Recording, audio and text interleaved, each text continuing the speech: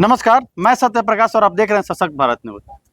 हम चर्चा करेंगे आज बिहार के उस व्यक्ति पे जो अभी चर्चाओं में है, क्योंकि बिहार में पिछले कुछ दिनों से, कुछ महीनों से लगातार एक व्यक्ति को लेकर राजनीतिक चर्चाएं हो रही है। और ये चर्चा अभी ज़्यादा हाईलाइटेड इसलिए हो गया, ज़्यादा गंभीर विषय लोगों के लिए इसलिए बन गया क्योंकि इस पे मुख्यमंत्री नीतीश कुमार ने हावी वर्दी। क्या मामला है, इसके जानने के लिए हम बात करेंगे अपने सीनियर जर्नलिस्ट भास्कर जी से। भास्कर जी, आपका स्वागत है। नमस्कार सत्य प्रकाश जी, जिस विषय पे आप बात कर रहे हैं आज, और यूं कहें कि हम चर्चा शुरू कर रहे हैं, असल में इसकी पटकथा बहुत दिनों से बिहार में लिखी गई है और ये कहानी पिछले 6 महीनों से चल रही है कि क्या आना चाहिए, नहीं आना चाहिए। थोड़ा सा मैं सस्पेंस रख रहा हूँ, नाम रिवील नहीं कर रहा हूँ, आप दर्शकों के लिए मैं छोड़ रहा हूँ कि शायद आपको अंदाजा होगा।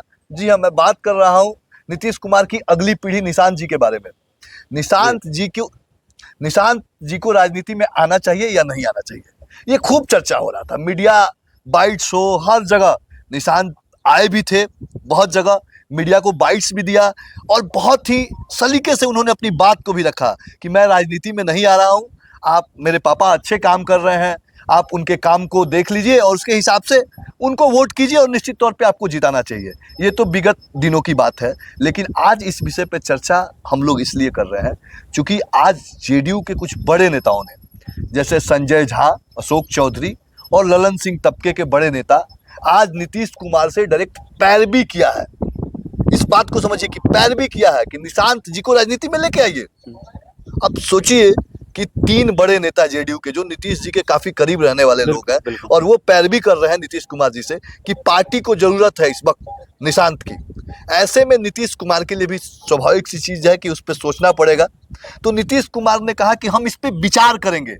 इसके मायने को समझिए कि विचार करेंगे मतलब कहीं ना कहीं एक पॉजिटिव साइन उनके तरफ से दिया गया है कि निशांत फ्यूचर में जो आने वाला चुनाव है उसमें हो सकता है कि उनकी एंट्री हो जाए। बहुत दावा नहीं है इस पे मेरा, लेकिन जो नीतीश कुमार की प्रतिक्रिया आई है और जो हमारे सोर्स बता रहे हैं उस पे ऐसा मैं अपना बातों को कह रहा हूँ।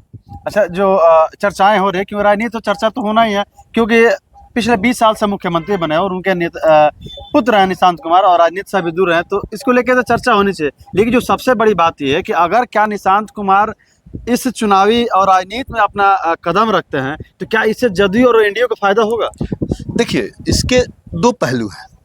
आप देखिए कि नीतीश कुमार के बाद जदयू के बागडोर को धोने के लिए कोई ऐसा चेहरा नहीं है जो जिस बैसाखी पर जेडीयू चल सके। क्योंकि नीतीश के बाद जो निचले स्तर के जितने भी नेता हैं वो उन पे पार्टी डिपेंड नहीं हो सकती है। तो ये चिंतन वाली विषय तो है।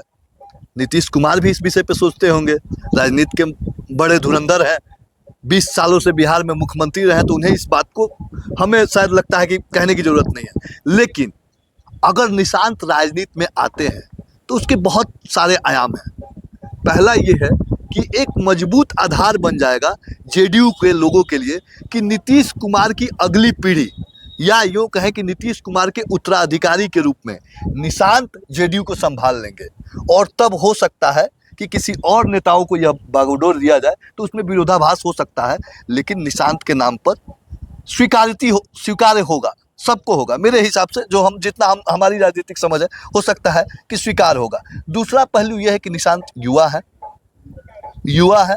एक तरफ लालू जी ने जब तेजस्वी को बागडोर दे दिया है तो जेडीयू के सामने भी अगली पीढ़ी की चुनौती है। आप देखिए, बिहार में इस वक्त 2 युवा चेहरा खूब चर्चा में है, एक तरफ तेजस्वी यादव, दूसरी तरफ चिराग पासवान। तो ऐसे में अगर जेडीयू के तरफ से निशांत को प्रेजेंट किया जाता है तो ये बड़ा दिलचस्प हो जाएगा और आने वाले चुनाव में भी ये मामला खूब रंग पकड़ेगा। आप देखिएगा, चूंकि इसकी पटकथा बहुत पहले से लिखी जा रही है, लेकिन पटकथा तो लिखी जा रही है और इसको अमले जामा पहनाया कैसे जाए, इसके लिए तो नीतीश कुमार को निर्णय लेना है, निशांत को लेना है। तो निशांत तो पहले ही मना कर दिए कि मैं राजनीति में नहीं आ रहा हूँ और वैसे भी बहुत लाइमलाइट में रहने वाले नहीं है। हाँ, लेकिन विगत कुछ दिनों में खूब राजनीतिक बयान दे रहे हैं निशांत कुमार और उनकी भाषा में बड़ा सरलता है, सहजता है, एकदम से मासूमियत से जवाब देते हैं और लोगों को उनकी बात समझ में आ रही है। तो एक आशा और एक उम्मीद तो आ ही जाती है। और कार्यकर्ता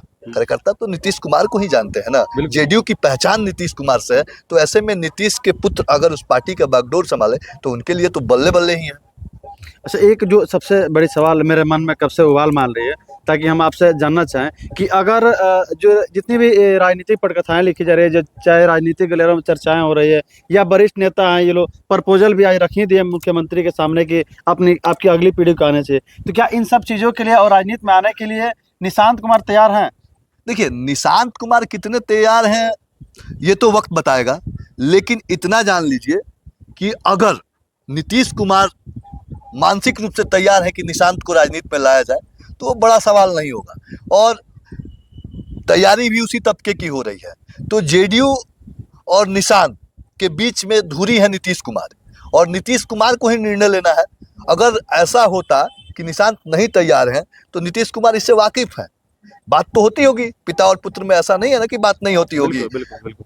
गह बिगह मिलते भी हैं हमेशा, बहुत सारी चीज़ आजकल बहुत नज़दीकियाँ हैं। हाँ, बीच में बहुत सारी दूरियां थी, लेकिन आजकल बहुत नज़दीक रह रहे हैं। तो इस बात को समझिए कि नीतीश कुमार ने कहा कि हम इस पे विचार करेंगे, तो विचार करेंगे मतलब कहीं ना कहीं सकारात्मक तो है उनके प्रति। तो यह चीज़ आप इसके मायने, राजनीति में हर चीज़ के मायने निकाले जाते हैं। देखिए, राजनीति मायनों पे टिका होता है। राजनीति में ऐसा नहीं है कि कुछ भी असंभव नहीं होता है, कयासों का खेल है। कयास है, हर जगह कयास लगाए जाते हैं। तो एक ये चर्चा हुआ है, बीच में शांत हो गया था, आज फिर इसका चर्चा हो रहा है, और इसी चर्चा में हम लोग चर्चा कर रहे हैं। तो अब बड़ी बात यह है कि क्या होता है आने वाले कुछ दिनों में बड़ा क्लियर हो जाएगा, और फिर हम लोग दर्शकों के सामने आएंगे और इन सारी चीज़ों को रखेंगे। एक अंतिम सवाल रहेगा हमारा, क्योंकि हमारे मन में चल रहा है कि नहीं, ये हम अपने दर्शकों से रखें कि बिहार में ये कहा जाता है, नहीं पूरे देश में कहा जाता है कि सबसे ईमानदार मुख्यमंत्री नीतीश कुमार, कहीं कोई आरोप नहीं है, पिछले 20 साल से मुख्यमंत्री हैं। लेकिन एक जो दूसरा तबका है ये भी कहता है कि नीतीश कुमार पारिवारिक राजनीतिक से बचे हुए हैं। अगर चिराग पासवान को देखा जाए तो युवा है, और बिहार फर्स्ट की बात भी करते हैं, और मुख्यमंत्री के चेहरे पे कुछ दिन तक उनके पार्टी द्वारा उठाया कि नहीं मुख्यमंत्री बन सकते हैं। खैर, लेकिन वो परिवारवाद से निकल गए हैं, तेजस्वी यादव परिवारवाद से निकल गए। तो क्या नीतीश कुमार भी परिवारवाद का एक उदाहरण बनेंगे? देखिए, नीतीश कुमार निश्चित तौर पे इन चीज़ों को समझ रहे हैं, इन तकनीकियों को बहुत अच्छी तरह समझ रहे हैं। राजनीति के बड़े खिलाड़ी हैं नीतीश कुमार, मैं बार बार कह रहा हूँ। तो उन्होंने अगर कहा कि विचार कर रहे हैं तो इन सब चीज़ों को देखते हुए उस पर विचार। और रही बात कि सब लोग परिवारवाद का विरोध तो जरूर करता है, लेकिन हर वो नेता, हर वो पॉलिटिशियन ये चाहता है कि हमारी अगली पीढ़ी हमारे उत्तराधिकारी के रूप में आए। नीतीश कुमार भी निश्चित तौर पे एक पिता के तौर पे, अगर राजनीतिक तौर पे तो हो सकता है कि उनके विचार बिल्कुल इससे डिफरेंट हो, लेकिन एक पिता के तौर पे उनके मन में तो जरूर ख्याल आता होगा कि मेरा भाई पुत्र आगे बढ़े, और हर पिता की कामना होती है कि उनका पुत्र आगे बढ़े।